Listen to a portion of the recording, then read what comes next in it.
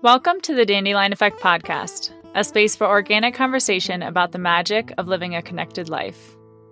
Here, we explore the ideas that our guests carry through the world, remember who and what inspired them along the way, and uncover the seeds that help them blossom into their unique version of this human experience. This podcast is in partnership with the Feathered Pipe Foundation, whose mission is to help people find their direction through access to programs and experiences that support healing, education, community, and empowerment. Hi, friends. Welcome to the first ever episode of the Dandelion Effect podcast. I'm your host, Andy Van Treese, and I am so honored to be here and incredibly excited to be launching this project for the Feathered Pipe Ranch and the Feathered Pipe Foundation.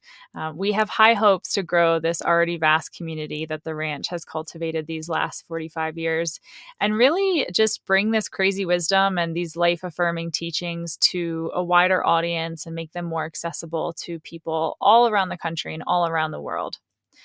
So today's guest, Danny Libby, is a really special person to start us off. Danny is a licensed clinical psychologist, a yoga teacher, and the executive director of Veterans Yoga Project, which is a national nonprofit based out of Northern California. His work focuses on the integration of evidence-based psychotherapies and complementary and alternative medicine practices for the treatment of PTSD, as well as other psychological and emotional challenges in active duty military and veterans. In this episode, we cover a lot. Danny starts us off with a very grounding breathing practice that allows us all to arrive in our bodies. And we also discuss things like the clinical conditions of stress, which he describes as lack of safety, predictability, and control. We talk about how to hold space for healing to occur, the importance of evidence-informed yoga, and the language being used around that I so appreciate with Veterans Yoga Project. And we also really unpack and get into the 5 pillars of the Veterans Yoga Project mindful resilience programs, which are breath, meditation, movement, guided rest, and gratitude. Danny shares his excitement for VYP's new Mindful Resilience for Compassion Fatigue program, which they created to equip healthcare frontline workers and really anybody who's a caregiver with the tools to prevent the effects of burnout, fatigue, and what they're calling vicarious trauma.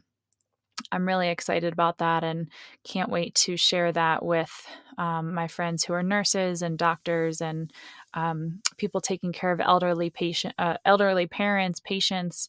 Really, that one spreads far and wide.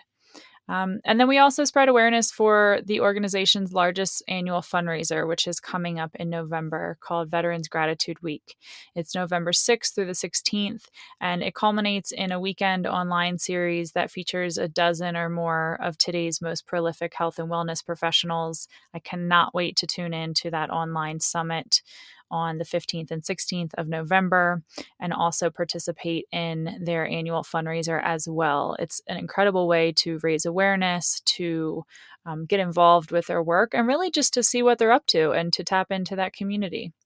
So Dan's background in yoga, massage, spirituality, one thing I love about him is that he marries those things with this more clinical, extensive training in psychology. So he really provides a unique window into holistic healing. And this conversation truly is a worthwhile listen for veterans, their loved ones, and their communities. And honestly, anyone interested in reaching deeper levels of mental, emotional, physical, spiritual resilience. So without further ado, I would like to welcome Danny Libby and enjoy this inaugural episode of the Dandelion Effect podcast. I wanted to start with a breath practice. And I know that you said you start your meetings this way, and it really just allows people to arrive in their bodies and minds to prepare for, what we'll talk about. So if you're up for that, I think that would be a great way to just get into it. Yeah, that's a great idea. Thank you so much. So maybe we'll just take 2.5 minutes or so. And so if you and your listeners want to just maybe take a moment to start to settle into awareness of your body and maybe start to bring your attention inward, we'll just take 2+ minutes just to start to ground into the moment. And I'll invite you to start by noticing first the physical sensations where your body is making connection with something else. So just for a moment, just allowing yourself, I can feel the bottoms of my feet being pulled by gravity, and I can feel the sensation of my skin touching the socks and the floor underneath that. I can feel the sensations in the backs of my legs. And so I'll invite you just to take another breath or two as you bring all of your attention, all of your awareness, just to notice these sensations.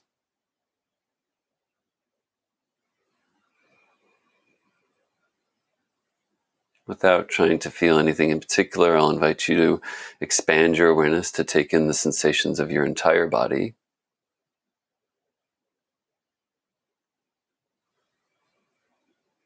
Including the sensations of the rhythm of your breath.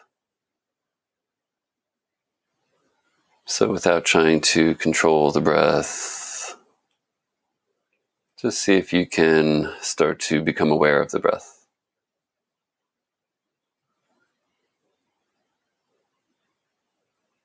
And in particular, noticing the sensations. What do you feel when you bring your attention to the breath?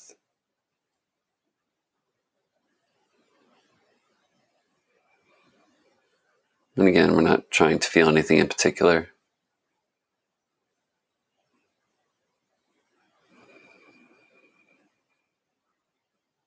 Just using this exercise in awareness to ground us into this present moment. As we start to transition to whatever you were doing, to what we will be doing, to chatting here for the next hour or so. Or if you're listening to this podcast while multitasking, allowing to at least have part of your conscious grounded in the present moment, in the sensations of your body. And then I'll invite you to start to engage with your breath just by extending your exhale. So on your next exhale, maybe allowing the belly button to move towards the front of your spine as the breath empties more fully towards completely empty. And then just allowing that rebound inhale to fill and noticing again the sensation of the breath as it expands through the belly, the low back, and the side waist. Maybe noticing the sensations of the breath as the expansion rises up through the entire torso.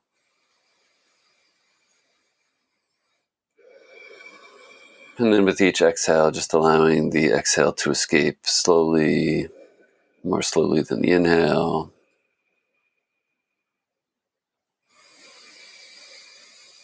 Whatever the pace of your breath is, just allowing your exhale just to be a little bit longer and fuller and deeper than your inhale.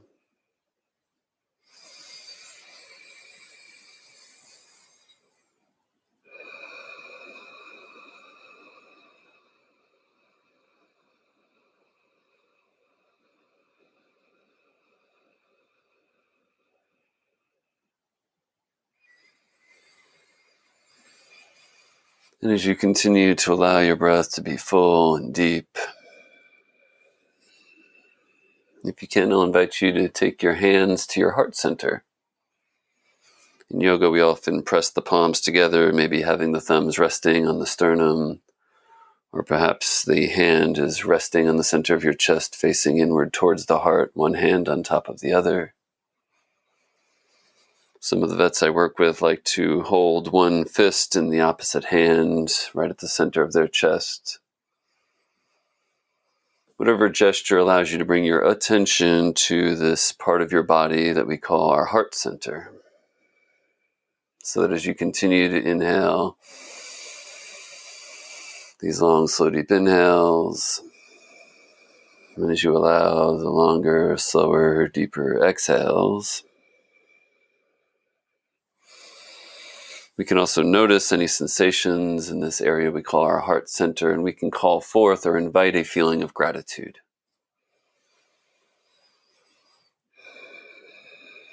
even if that means imagining what would gratitude, if you were feeling really grateful in this moment, what might that feel like right here in the center of your heart?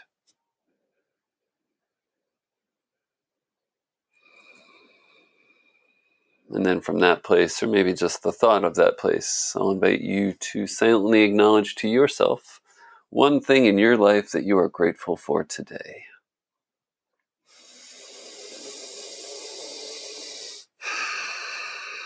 I am so very grateful to be on this inaugural podcast with you, Andy. Thank you so much for having me. Thank you to all of your listeners for joining me in a few breaths and getting us prepared to hopefully have a productive and enlightening conversation. What a great way to start out. And when did you begin starting your meetings that way? I don't know. We have, that's a very good question. I don't know, but we've been doing it for probably several years now. And it helps, especially, when, I'm running an organization and there's people all over the country and we don't get to spend time together, and just to breathe together, one, it brings my arousal levels inside my, window of tolerance, and I'm able to, communicate more effectively. But there's also a sense of community that I think gets built. And so I don't know how long we've been doing that, but it's the best way to start any meeting, I think. Yeah, I have a teacher back at home who would start. She was a breathwork facilitator.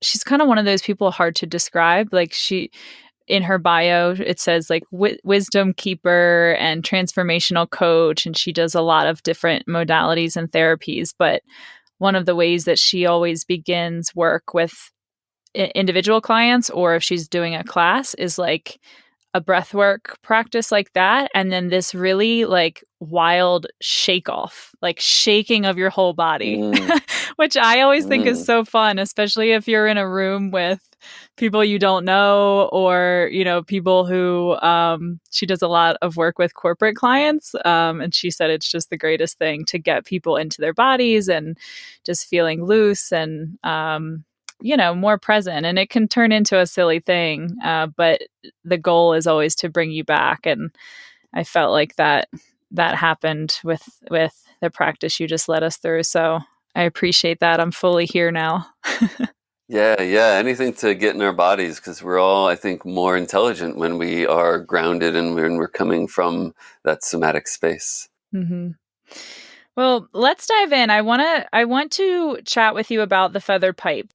You spent 9 summers there, and you and I just met a couple years ago, but through the grapevine, hearing that you worked there, I think starting at 19, you said, and so that's huge. I mean, those are such formative years, and um, so much happens. I feel like so many internal shifts, so much figuring out who you are and what you want to do and what you're interested in. And I just feel like anybody's 20s are kind of a hot mess in a really good way, typically, if you can get through it. If you can get through it and come out the other side. So tell me a little bit about just what your connection with the feather pipe is, and why it's been such a huge part of your life, particularly in helping guide you and push you towards what it is that you do today. How did that play out? Yeah, I don't know how it played out. By God's grace, I say. I did my first sort of adult summer at the ranch when I was 19. I think it was 1995. And I'd actually been to the ranch 2 summers when I was younger. I was about maybe 7 and 8 years old. And so I had these memories of spending time at the ranch when I was younger and spending time with Crystal. And so when I came back to the ranch for their 20th anniversary party, I just came for a week. It was a place I hadn't been to, at that point for 10 plus years. Didn't intend to stay there. Like I said, I was going to be there for a week, but I was there for 2 days. And, I just fell in love with the place. And Howard offered me a job. And I asked them, I said, can I have a job? And they gave me a tent in the woods. And I spent the entire summer in a tent. And spent summer cleaning rooms and doing dishes. And it changed my life. And that was the first of 9 summers working at the ranch. And then after that, I was on the board of directors for several years. And now I get to bring groups there and do workshops at the ranch. So it has certainly played a very formative part in my life. And, I really feel like that is where I grew up. That's where I woke up a little bit, and I learned so much from all those summers there, and just meeting such extraordinary people, and from all different walks of life, with and talents, like you're talking about, all these different modalities and ways to heal and transform. And it's really the place where I learned how healing happens. So how does healing happen? I mean, what the fun and funny thing about talking to people about the ranch is asking them to put to words things that are typically very hard to explain, like things like healing. And um, I'm just curious how you would answer that question after all that you've learned there and the work you're doing now. How does healing happen, and what are the factors that have to be in place? Mm.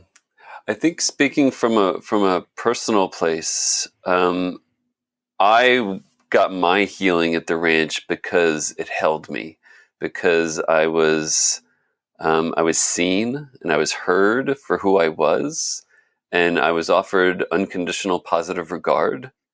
There was something about there, like all the kids that worked there, the people that came through there. It's just the people are who you are, and there's this interest in knowing who you are, and allowing people to be who they are.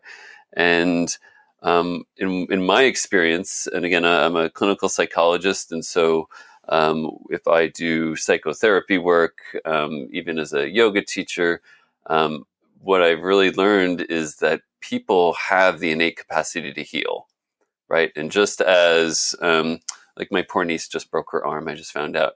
And but what's going to happen? And I saw a picture. She's got a cast on her arm, and what's going to happen is her arm's going to Mhm. heal, right? And the doctors aren't going to heal her arm. The arm is going to heal itself. They're just going to put a brace on it to make sure that the conditions are right for healing. And just as the body heals itself, right? Or my daughter falls and scrapes her knee and it heals itself. What I learned at the ranch, and what I've seen through the work that I do, is that the mind and the spirit are just like the body, and they are pre-programmed for spontaneous healing, right? We are Mm. designed to heal. And just like the body, just like that arm has to be casted, and you have to have, right, she has to have the right nutrients in her body, and be well hydrated and all that stuff. If you create the conditions, the body heals itself. And I think that healing work is about or being a quote healer, is really just about holding space and giving people the space to be who they are, so that their own self-healing mechanisms can kick in, right? So can you create just like creating a brace for the arm, can we create that brace or that safe place for somebody's emotions and their spirit, so that their emotions and spirit and mind can do the work that needs to be done for healing? And I think that's what I learned at the Mm. ranch. That's what I saw, is that, people go away for a week, and you have this week uninterrupted, where you're out of your normal life. You get fed 3 amazing meals a day. You're surrounded by, amazing, fascinating people. You're learning, content that's applicable to your life, and that it's all about healing.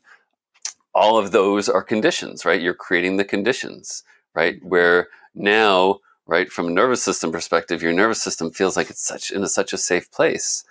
Like, I am totally okay here. I'm totally held. And it's okay for me just to be who I am, and to go through what I have to go through, and move through whatever traumas or stresses or stuff that I have to move through, so that I can heal and transform.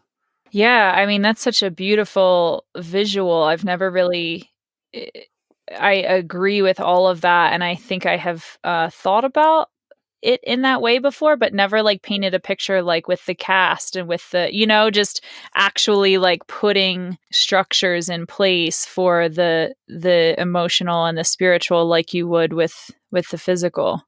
Yeah, yeah, and that's what That's I feel like that's beautiful. what psychotherapy is, right? Is like you're creating the conditions for people to, right? You might also, be providing, different, techniques and whatnot, but a lot of it is really just creating the relationship and feeling and creating the space where someone can start to process their own stuff. Mhm. And I think, the same thing can happen in a yoga class or in all the work that we do. But I think that's really the magic to what the feather pipe is about, right? There's somehow, it's just the shape of the bowl that the actual ranch is in, right? Surrounded by the mountains like that, that it's just like you feel like you're being held.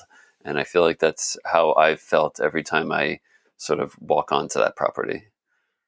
Are there any people or teachers or even, other staff members that were influential to you, that you felt particularly held by throughout your years and that you learned from? I mean, India, of course. India, I mean, she held it all together, right? And she held that space for everyone.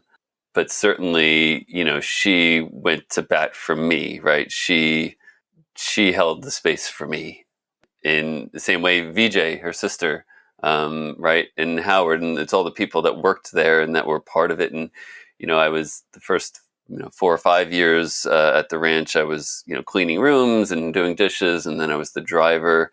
And at some point, I went to massage therapy school, and I became a licensed massage therapist.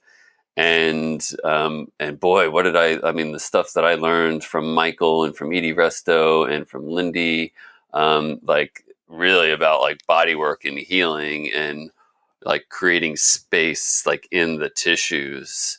Like I mean, they held space for me personally, right? And just sort of, I do feel like, age 19 to 28 or whatever it was, I was probably a pretty young and immature 20-something-year-old, and they did. They all held the space for me in that sort of almost parental way. Where they were mentors and they were people that I felt loved by.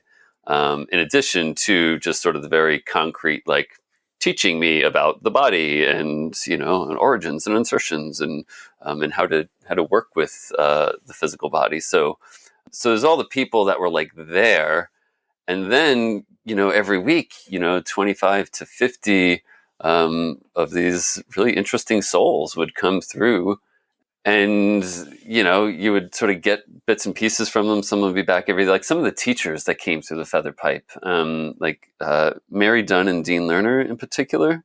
I have to say I always felt really cared for, going to their classes and just hanging out and having lunch with them. And I would say Eric Schiffman was very much like that. I feel like just everybody, I mean, they were just random. There were people that, I don't even remember their names, and there were, guests that would come through, that you would just develop this like really close, I feel like close relationship for that one week. And, then they were gone. But then they would come back the next year, and there's just this, there are still like guests that I remember that I just feel very warmly towards, even though like how well do I really know them.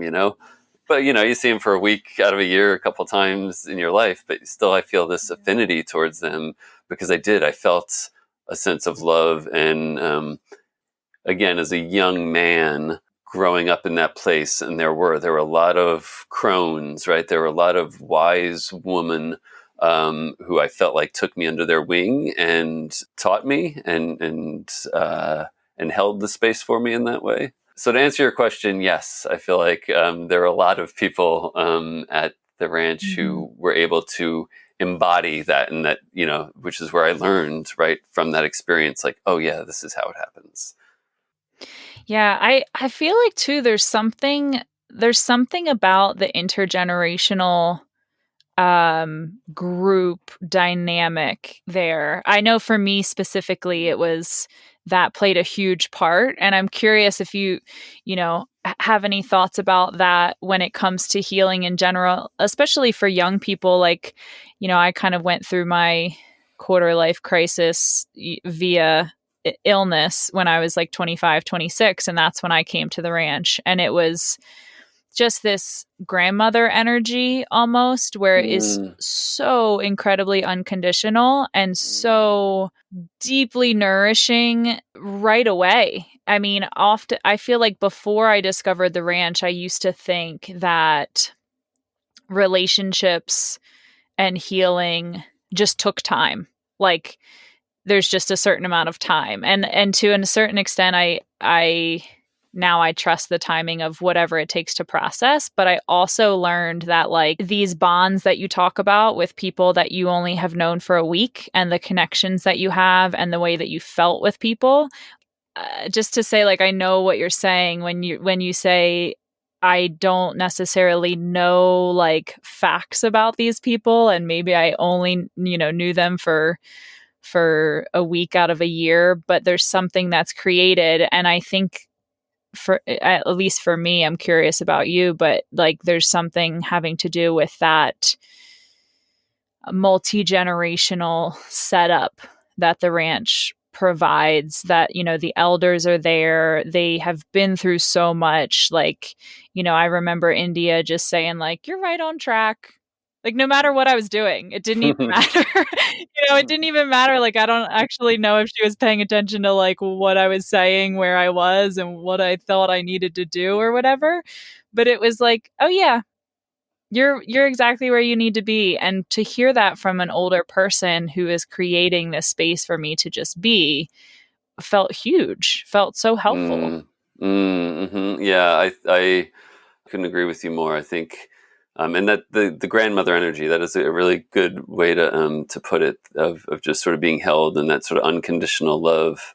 I think that's so important, right? For, I feel the same way. Like I can think of, older people that have, even just with a few words, right? Like they're like, I can actually remember, actually Judith Lassiter, sitting with Judith Lassiter in the smoke shed at the ranch. And there was just something she said, and I don't even know what she said, actually. I don't remember the words, but the way she just looked at me, and it was just like, oh, like it just felt like confirmation, or like there's something about when life is tough, right? For all of us. I mean, life is really tough. But for all of us, when we're older, we're wiser than when we were younger.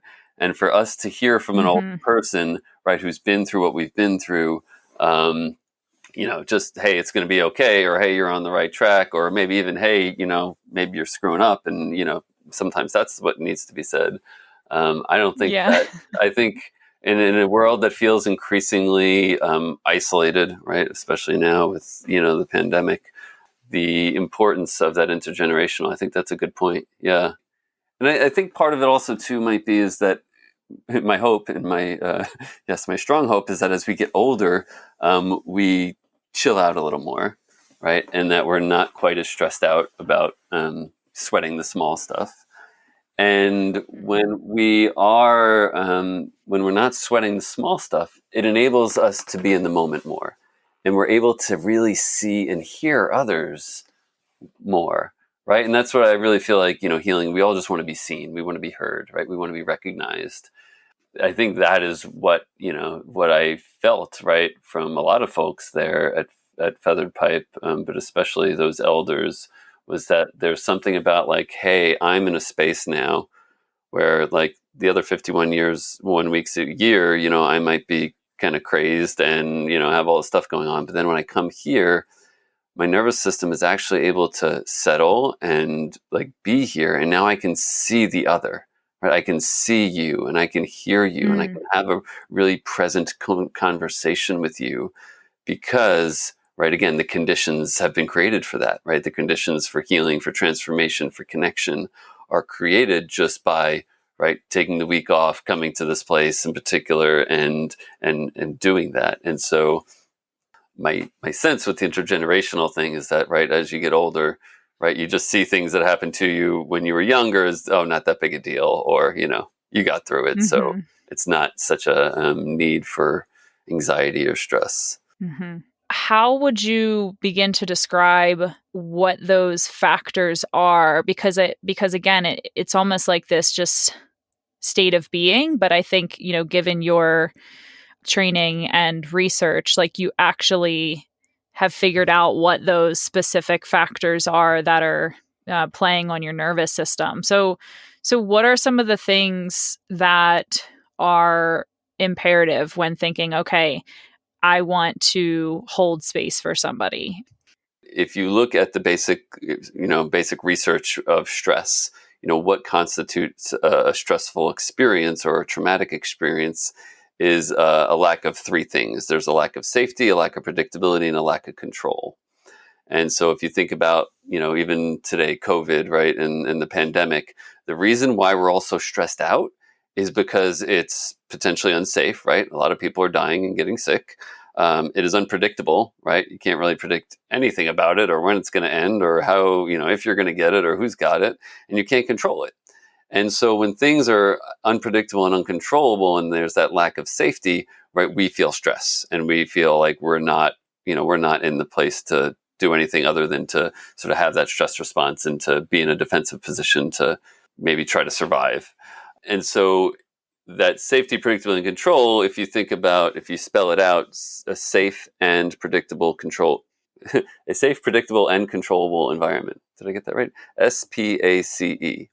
So all traumatic events, for example, lack a safe, predictable, and controllable environment, right? They lack space, both externally, right, but also internally. So I'll take another example of a car accident, right? A car accident, there's a lack of space, there's a lack of safety, right? People get hurt all the time. There's a lack of predictability. You can't predict what your car is going to do or what the other car is going to do. You can't control what yours or the other car is going to do. And so it's an event where there's this lack of space, and that's partly why it can become a traumatic event. But what's more important and determines kind of whether that event sort of results in symptoms or results in post-traumatic stress, for example, is the internal experience. And I don't know if you've ever had an experience where you felt like your own mind and body lacked safety, predictability, and control. I had a vet tell me, not in these exact words, "Hey doc, I couldn't really predict or control the fact that I was going to projectile vomit the first time I had to pick up a body part. Right? This is not what I trained to do. This is not what I tried like hell to keep it in, and it certainly didn't feel safe, right? And so, or someone who, doc, my body just kept shaking. The car stopped, but my body just kept shaking, and I couldn't stop it. It was like involuntary. I just couldn't stop shaking, right? Again, the body is lacking predictability, lacking control. Or some people who freeze right at the time of a trauma or dissociate, right? Again, the mind goes blank or freezes, and it's not what you think you would do. It's not what you predicted you would have done, and you couldn't really control it at the time.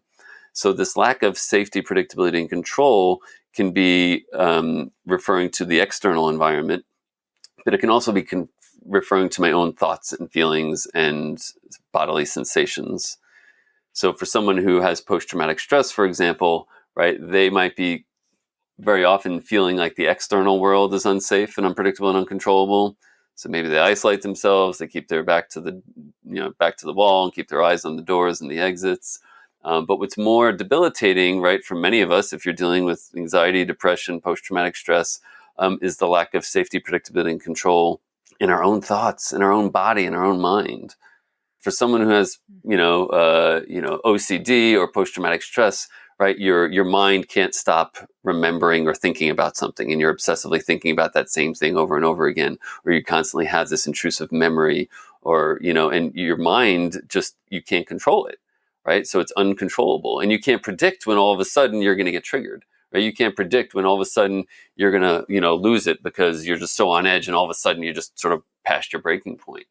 The lack of safety, predictability, and control of the mind and of the body are what really characterize stress, and our ability to create safety, predictability, and control in the body is enhanced through the practices. Right? I spent all these years at Feathered Pipe, and most of the workshops were yoga workshops. And I think there's a reason for that, because it's important to bring that safety and predictability and control into the body. One of the things we do at Veterans Yoga Project is really just focus on the tools, right? So it's not so much about the yoga, It's really just about breathing. It's about focusing your mind. It's about moving and sensing your body. It's about finding deep rest, and it's about experiencing gratitude. And so these are the 5 tools that we share with the folks that we work with. The reason we do that is because they create safety, predictability, and control in the body-mind. So, Andy and all of the listeners out there, I'll invite you to take a nice deep inhale with me right now. I can predict with 100% accuracy what every one of you are going to do next. Right, everyone's going to exhale. Right, so all of a sudden, now I'll invite you to do it. Let's take another inhale. Mm-hmm. And this time, hold your breath for 4 beats. And then exhale. So in that very short exercise, what we did is the breath just became a little more predictable, and it became just a little bit more controllable, right? You actually took control of your breath, and after you sort of saw what it was doing. That's breath work, right? You're bringing that safety, predictability, and control into the nervous system. Meditation, what's the practice of meditation? It's just about becoming familiar with where your mind goes when you're focusing on something, right? So if I'm focusing on the sensations of my breath, I'm going to get distracted, right, by a thought or a feeling or a sensation or a sound. Over time, as I practice meditation, I start to notice that, every time I meditate after lunch, I get distracted by thoughts of donuts. Right? All of a sudden, the mind starts to become more predictable, and you start to see your own thoughts. And over time, you start to be able to focus on the breath for 2 breath cycles before you get distracted. And then with practice, you can focus on your breath for 4 breath cycles before you get distracted. So over time, the mind becomes more predictable, more controllable, therefore it feels more safe. The same thing happens with the body. So why do we do asana? Why do we do sensory awareness practices? It's the same thing. So we start to become aware of what's happening in the body. We can predict the sensations we feel in our body. The more we start to feel and notice our body, the more predictable those sensations become. And then we also get greater level of control over the body, right? When we practice asana, we get stronger, we get more stable, right? We get more flexible, we can get more refined in our movements, and we're able to move muscles in a more refined way. And so all of these practices that we're doing, this is what we're doing. We're creating safety, predictability, and control in the body, in the mind, and the spirit. And the way that we create the space to teach the tools is we create a safe, predictable, and controllable external environment during the yoga experience, right? So that when my clients are with me, when my students are with me, their nervous system can be so at ease because we've paid attention to all the unconscious threat and safety cues in the environment, in my words, and how I'm presenting the materials, that your nervous system just falls into that place where all of a sudden now you can hear the tools, right? You can actually have the practice land with you, and you can be with it in that very present way, even when there's a urge towards avoidance, even when you start to come across some of the stuff that's less comfortable. Mm-hmm. Are there any, or I imagine there are, so what are the major differences between just, a yoga teacher teaching a class to, just people who want to come to a regular walk-in yoga class versus, trauma-informed, very specific to veterans dealing with post-traumatic stress? Are there anything that you can share of like the main differences between how a practitioner would facilitate those classes and what they stay away from? Ultimately it comes down to, right, if you go back to those grandmothers, right, that make you feel safe, right, they see you, they hear you, they're holding space for you, they're seeing you in this unconditional positive regard. They're not trying to fix you, right? They're not trying to do anything, right? They're just sharing some tools with you and might share some time with you. That is ultimately, right, it's the attitude. I did this great meditation yesterday morning with Jillian Pransky, who's an amazing yoga teacher. I met her at the ranch many years ago. And I really liked the way she talked about, the practice of meditation is about certainly noticing your thoughts and noticing what's there, but it's really the attitude with which you notice. And I think that's what it comes down to. So, the point is that there are things that you can do to make a safe, predictable, and controllable experience, right? Like I can tell you that, okay, this class is going to be, 55 minutes long, and we're going to end exactly at 2:00, and we're going to do X, Y, and Z, and now it's predictable, and you know it's going to happen, right? And that might be one tiny little thing that you do just to set my mind at ease so I can just be fully present. And there are a lot of like little things like that, right? That I am just, same thing as, if you take it out of the yoga room, the more that we are predictable for those around us, the more at ease that those around us are going to feel. So I use this even, at home, right? If, for example, if I were to come home late, right, and not, text my wife or tell my wife, that I was going to be late, right, what's going to happen? She's going to be at home and she's going to be wondering where I am. And she's going to do what I do, right? Same thing if she's late. The first thing I think of, like, oh my gosh, I hope she's okay. And all of a sudden I hear a siren come down the block and I think, oh my gosh, where's my wife and kid? And those are the thoughts that happen, Yeah. And right? your mind goes. Yep. Your mind just goes there. It's just sort of the natural part of it. And so the more that we can communicate with those around us, right? And that's really what it comes down to is I feel like the more you communicate very clearly and directly and with that attitude of unconditional positive regard, the more I am going to be at ease in the moment, right? The more I know what's going to happen, the less I have to worry about what's going to happen. So the more I can pay attention to what's happening, if that makes sense, right? If I don't have to worry what's going to happen, right? If everything's predictable and I'm in control and I know I can do what I need to do at any time, right now I can actually pay attention to what's happening instead of worrying about what's going to happen or what happened in the past. And that's where the healing happens. It's what's happening right now in my body as I notice these sensations. As I'm taking these long, deep exhales, right? As I move and press my arm out this way, or like what's actually happening? What are the thoughts? What are the feelings? What are the attitudes underlying those feelings and thoughts? And it's by being present with those, right? So a lot of, just to come back to actually answer your question, right? It's in the language we use. It's just about being predictable. It's just about being authentic, and creating a space where you feel welcome and you feel seen and heard. And we also work a lot in treatment environments. We work in VAs and vet centers, and we're working with veterans who are dealing with post-traumatic stress, and they're recovering from significant mental health challenges. And so, unfortunately, in the healthcare field, there is this like, okay, you are the person with PTSD, right? And there's this labeling and there's this identification with. And I think it's really important that we see each other as the people we are and not as the illnesses that we're recovering from. And that's partly what I hope that we're getting across to all of our VBIP teachers. And that's hopefully the attitude that's coming across to the students that we're reaching, is that you are your own best healer. And I'm going to give you as many tools as I can to help you. And I'm going to give you the unconditional positive regard and hold the space for you and give you the time and give you the support to move through whatever you need to move through it at whatever pace you need to move through it. Is PTS something that is seen widely as like this is something that an individual will be dealing with forever?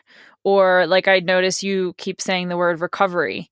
I'm curious of what that conversation is like just within, your field. Mm. Not necessarily among the patients, but just how is that viewed? One of the more upsetting things to me is, and I've maybe heard it a few times, is I've heard one of the older vets I work with, or at the vet center or something, say to a younger vet, "Well, you'll never get rid of it, but you can learn to deal with it." And that's not exactly true. You're never going to get rid of the memory. You're never going to get rid of the event that happened and this horrible thing, but you certainly get rid of the post-traumatic stress. There are definitely people recover from post-traumatic stress, and right, they can still remember that traumatic thing that happened, that devastated them, that still makes them feel sad and terrible when they think about it or remember it. But right, you're not going to erase that part of it. But people do recover from post-traumatic stress all the time. Right. And it really is, it's more, I don't even like the word recovery from, because it's not like you're recovering and returning back to your old self. That It's like an integration. It's an integration, but it's also a transformation and a developing, and it's post-traumatic growth, right? It's a growing process. And that's the thing, is that trauma leads to both post-traumatic stress and to post-traumatic growth. Both things can be happening to the same person at the same time in different ways.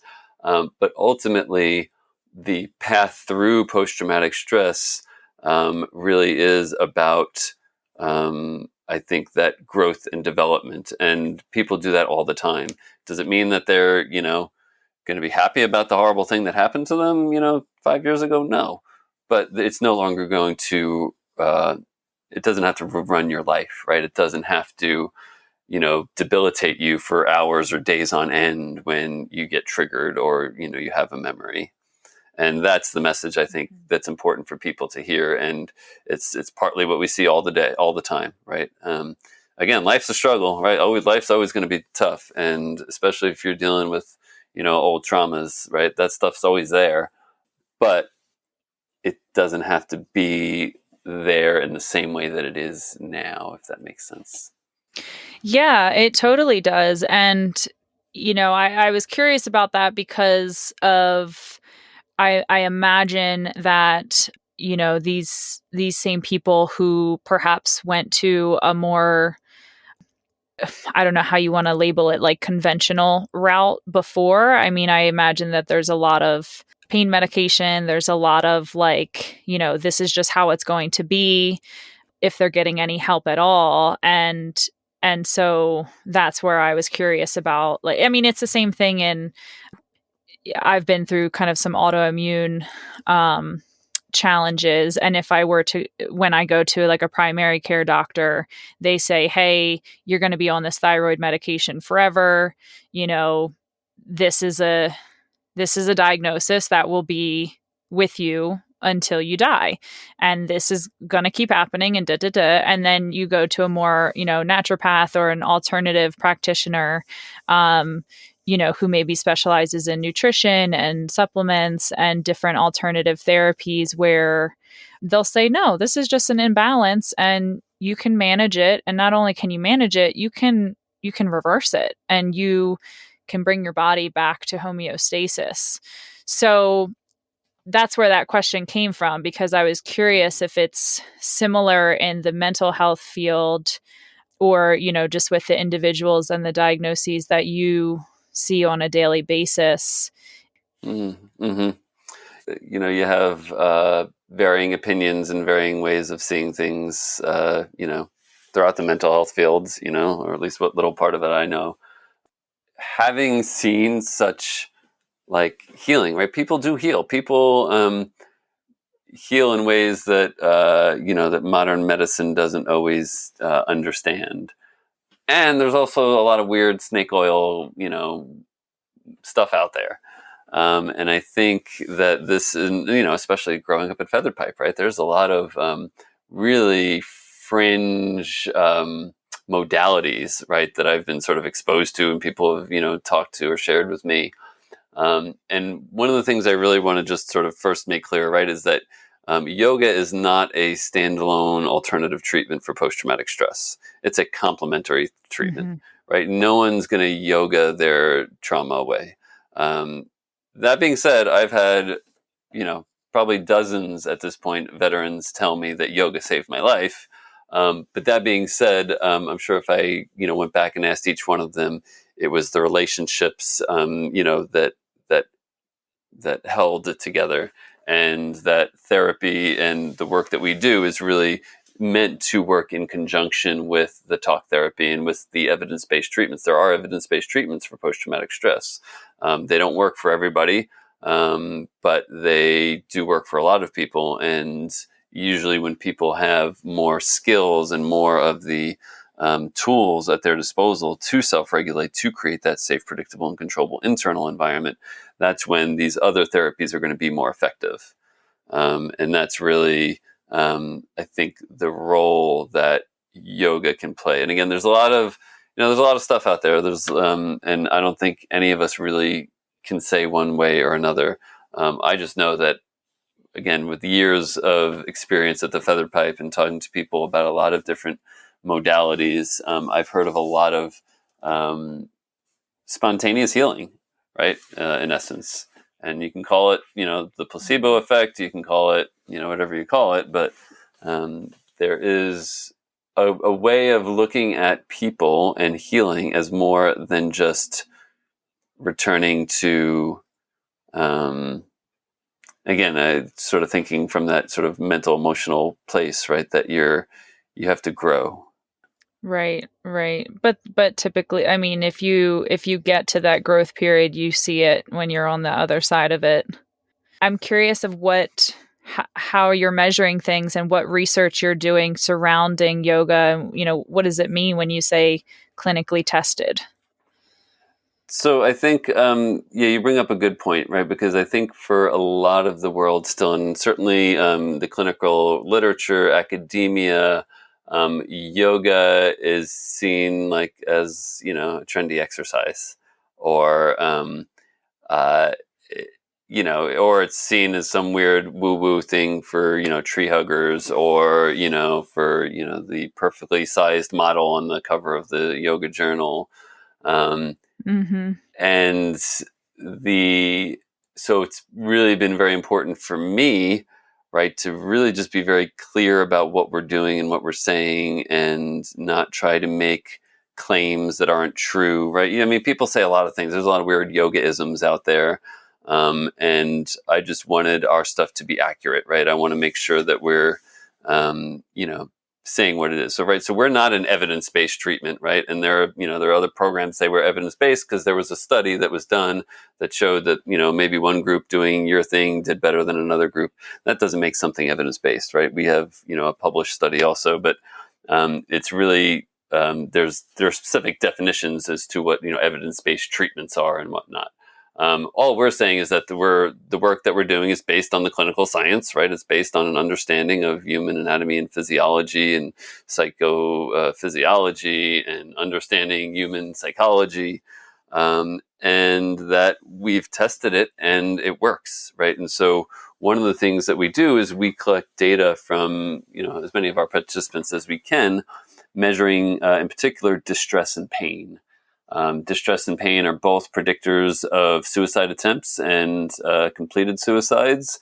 And as you know, suicide in military populations is an issue. I mean, it's an issue in the general population, but there are a higher rate of suicides among military veterans. And so these are two outcomes that we can measure. And it's very simply just asking people at the beginning of class and end of class to rate their pain and distress on a 0 to 10 scale. And so if you go to veteransyogaproject.org/accountability, you can see we put reports up there of, every 6 months, we, collapse all the data, and we can actually show what's happening, right? Again, this isn't research, right? This is program evaluation data, right? So this isn't like we're doing a randomized control trial, but we are just showing what the veterans are reporting to us, and we're reporting that back to the veterans, back to the clinical directors, and to our funders, and to our teachers. And it's a tool that helps us get better, right? So that we can adapt the work that we're doing, so that we can hopefully see better scores.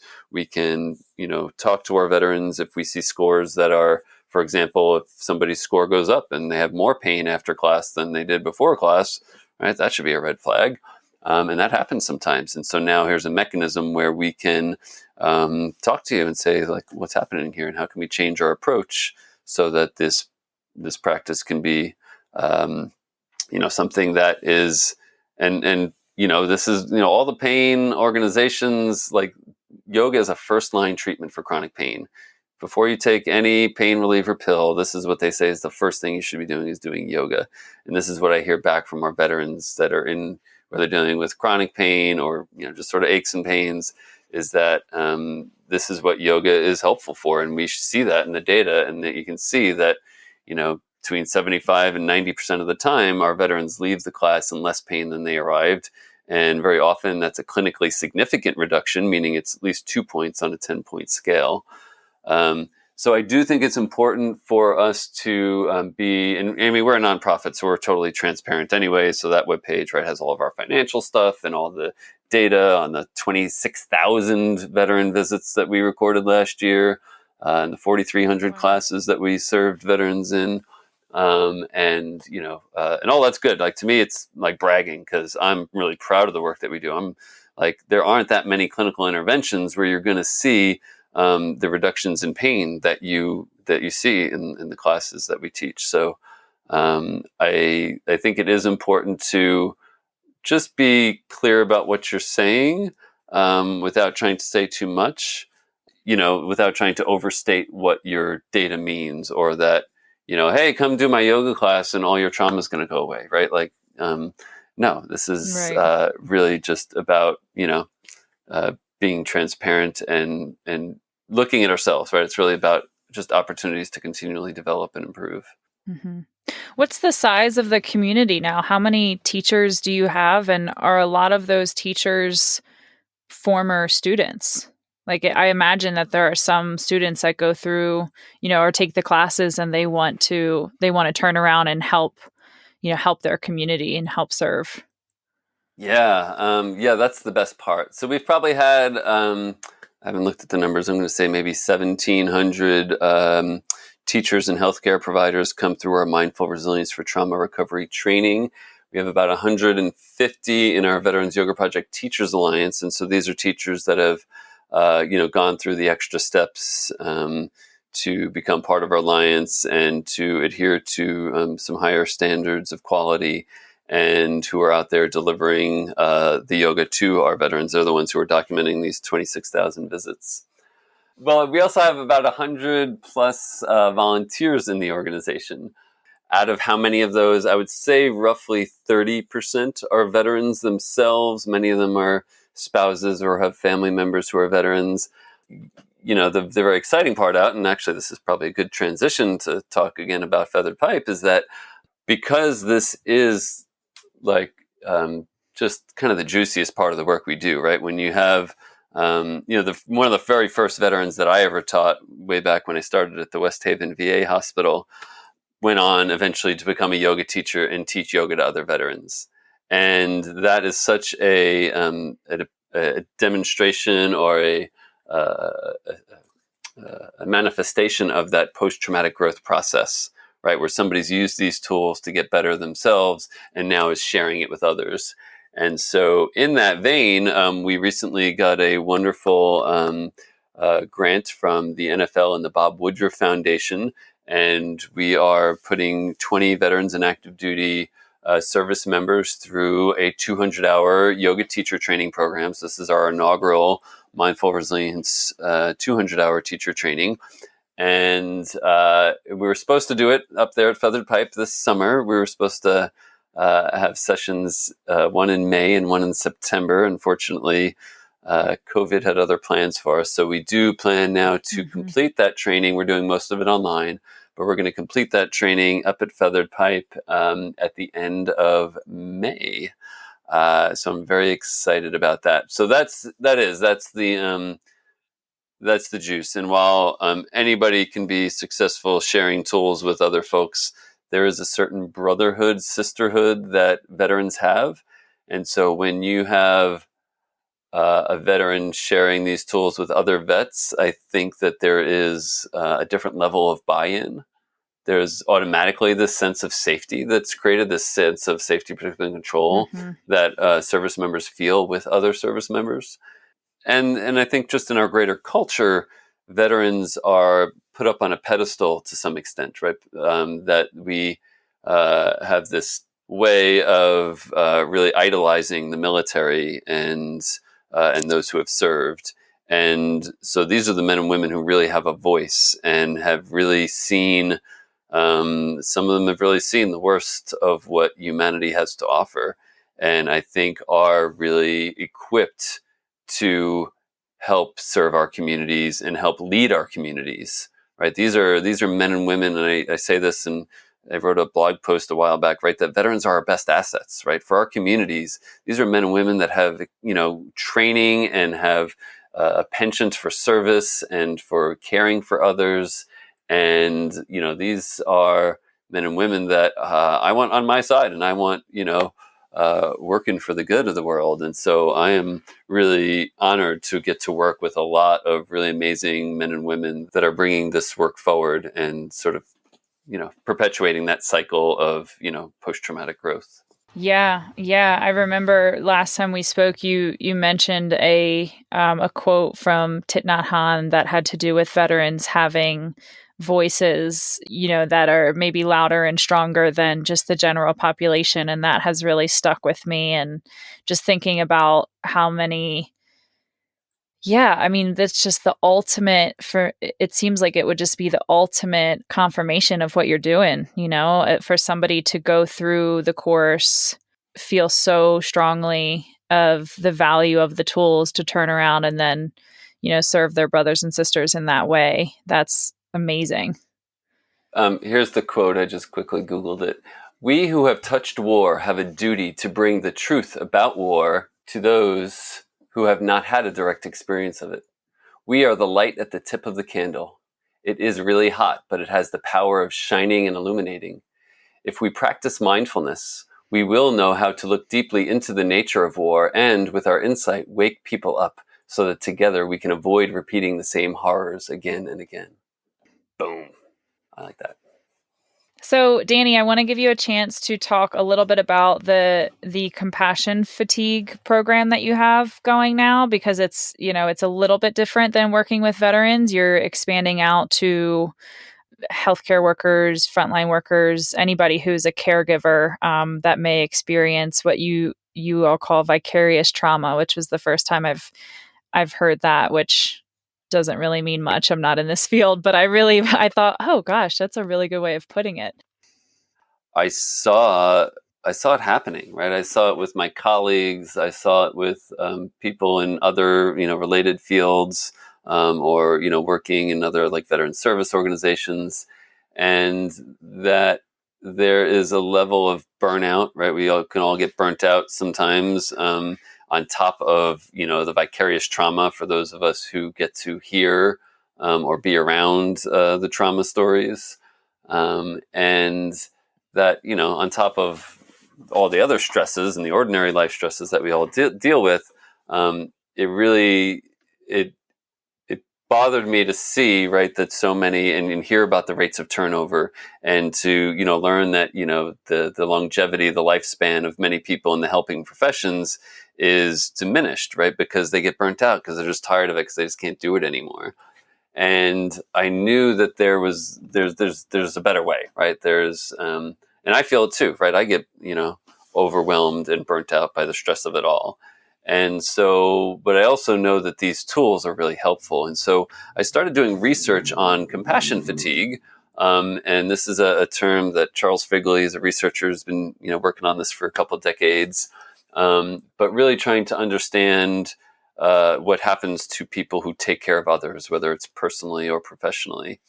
And if you really look at the model and the research that's been done over the past couple of decades, understanding what compassion fatigue is and understanding what resilience is in terms of compassion fatigue, basically that model, has been created based on this research, perfectly lines up with what we're trying to do. And really what we're trying to do is based on that model, in that if we understand the empathy process, right, and understand how to be mindfully empathy and how to engage in empathic discernment, right, then we are going to be more present in the moment for when that empathy is happening. And it's not going to live in my body and my mind and then leak out when I'm, having dinner with my family tonight. I am going to be able to Yeah. be here for what's happening right now and then let it go and not take it home with me at the end of the day. And so we've created a 6 module online course. So it's self-paced, and it's sandwiched by 7 online meetings. And we, limit the number of participants to each meeting. And the idea is that we get together during each of these meetings to review the content of the previous module, preview the content from the upcoming module, and to actually process the work that's being done and the homework that you're asked to do between the modules.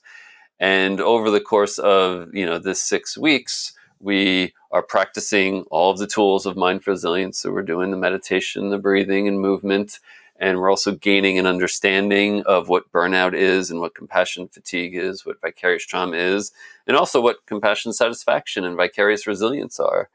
And at the same time developing, and the whole point is to develop a personal practice or to refine your personal practice so that you are experiencing more compassion satisfaction and less compassion fatigue.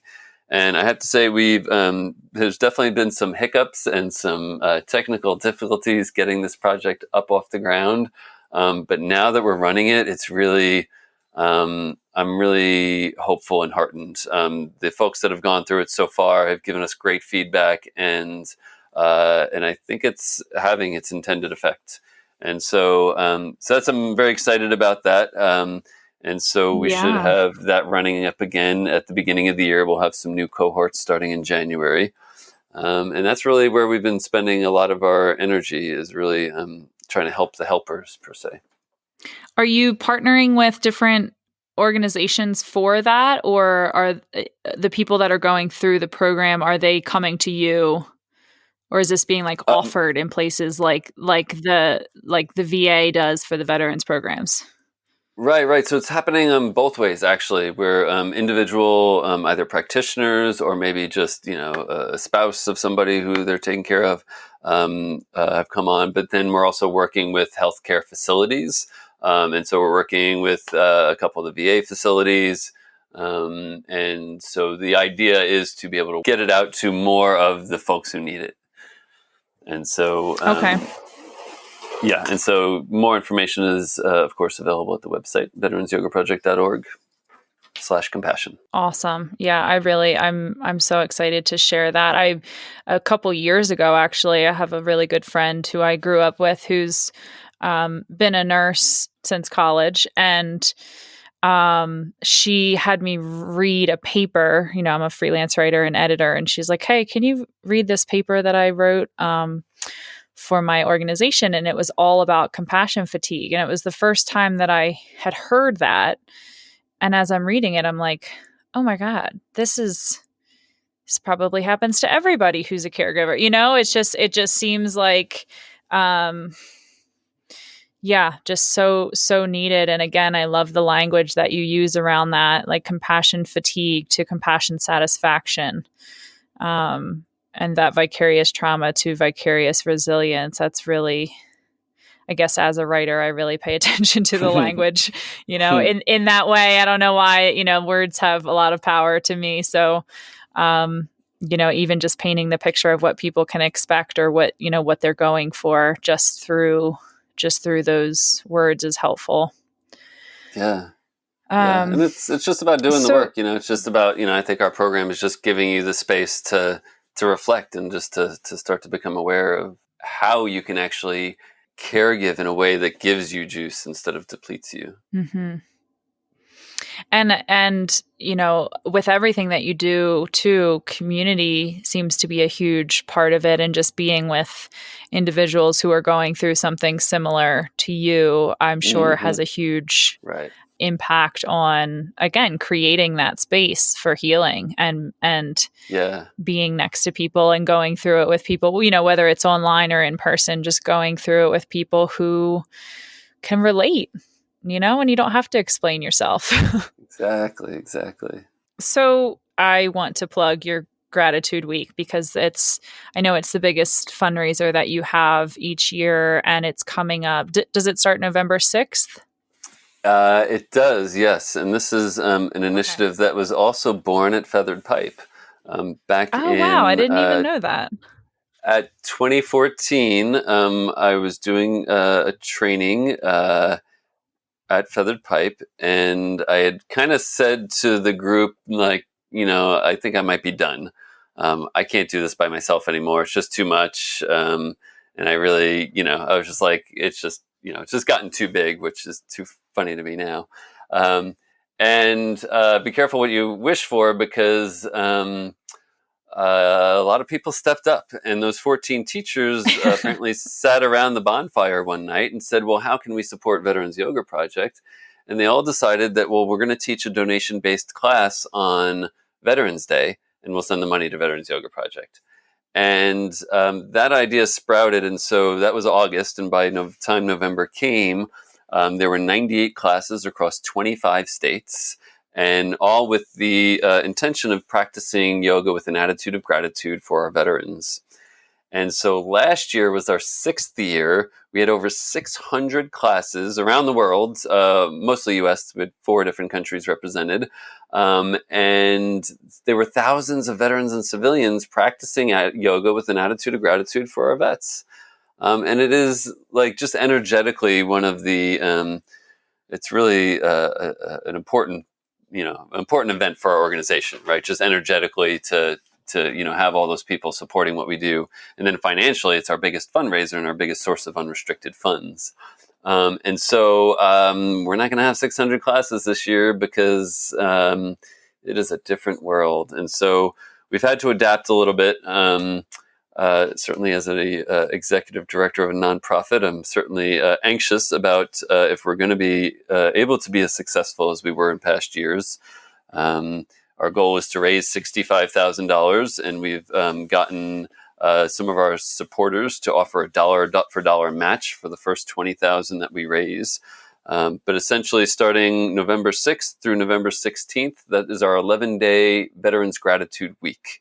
So we turn Veterans Day into an 11-day week where, again, we ask any of you who might be listening to this to either teach a donation-based class, either online or safe in person, and to do so with an attitude of gratitude for our veterans, and to do so as a fundraiser for Veterans Yoga Project. This year, we're also using a social fundraising platform called Rallybound. And so we have folks who are doing their own yoga challenges and creating their own social fundraising pages. And so we'll be doing that for the whole first couple of weeks of November. Excuse me. And then November 15th, which is a Sunday, and November 16th, a Monday, we're going to have our weekend wellness series. And we have some revered professionals who have decided to offer their time and have offered to volunteer their time for a special session, a special online class or presentation. So we have everybody from Ralph Gates, Michael Lee, but these are all classes that are going to be by donation. So we're asking you to make a donation. Again, if you're in a place, there's a lot of people right now who are not in a place to be making donations. I get it. And then there's other people that can afford to help support the work that we're doing. And so we're humbly asking folks to do what they can to help, support the work that we do. So again, we got Jillian Pransky, Baxter Bell and Perry Chatler, Naomi Nunez, Michael Lee, Elena Brower, Anna Forrest, Matt Taylor, Matt Sanford, Ishnan Tignuit from the Himalayan Institute, and I'll be doing conversation with Dr. Stephen Porges. And so we're basically just going to have session after session for those 2 days. And so there'll probably be lots of fascinating material and tools to be shared. And so I would invite your audience to please go to veteransyogaproject.org, check out Veterans Gratitude Week, check out our wellness series, and join us. Definitely. I can't wait to tune into that. I mean, the names there and really, if there's one silver lining that I have found to doing a lot of things online, it's just the access to people, in a way that you didn't have before. So, you putting together that wellness series with a lot of brilliant minds I think it's such a fun thing. And I've done a lot of these different summits and just tuned in to people that otherwise, they're across the country or they're across the world but yeah, I'm excited for that, and we'll be sharing that around as well. Yeah, definitely. Hopefully some good, unique content, and all for a good cause. Yeah, great. Well, Danny, do you feel up for closing us out the same way that you started? Just, maybe you can do a gratitude practice to send us off on a great note. Sure. I would love to. So yeah, thank you so much, Andy, for taking the time and allowing me to revisit my favorite subject, which is feathered pipe and the Veterans Yoga Project. So So let's end just by just taking just 2 minutes to breathe and to sit together. So I invite you to, wherever you are listening out there in the world, just to, if you can, safely soften your gaze and start to take your attention inward. And maybe just starting to notice the sensations of support that you feel in your body.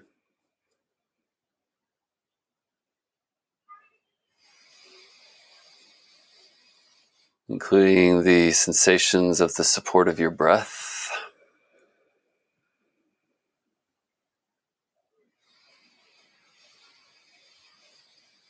Maybe just allowing yourself to notice your breath, maybe first without controlling it, but maybe just by noticing.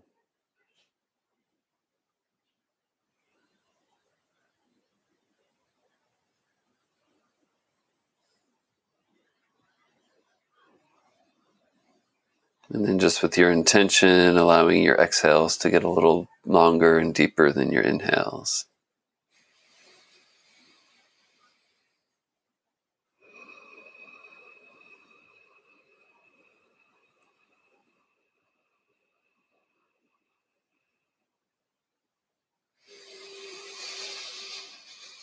Nothing to do, nowhere to go, just allowing yourself just another minute or so, just to be where you are.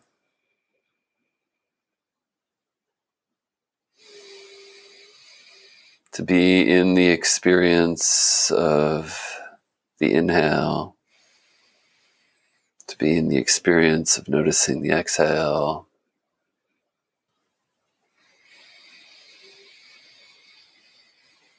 Even while you notice all of the other things that are clamoring for your attention,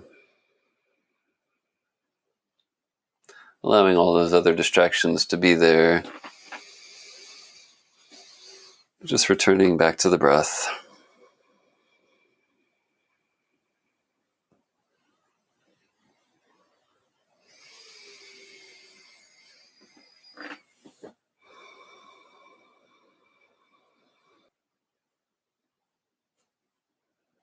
And with that awareness of support underneath you, with the awareness of the sensations of expanding and contracting, of filling and emptying, of inhaling and exhaling.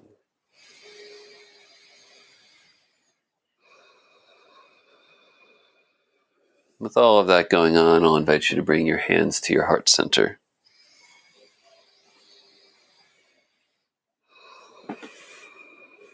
Maybe noticing what that long, slow, deep exhale feels like right here in the center of your heart center.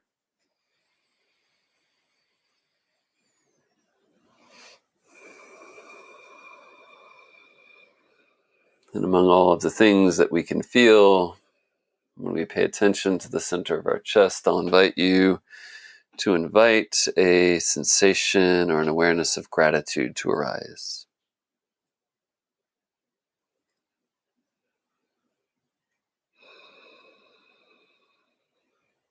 And maybe for you, that feeling comes very naturally and easily.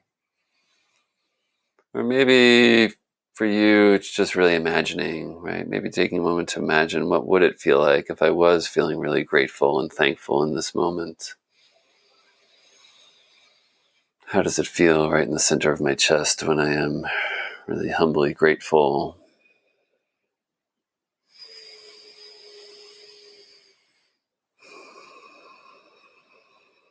And from that place, or maybe it's just the idea of that place, I'll invite you to silently acknowledge to yourself one person in your life for whom you are grateful for today.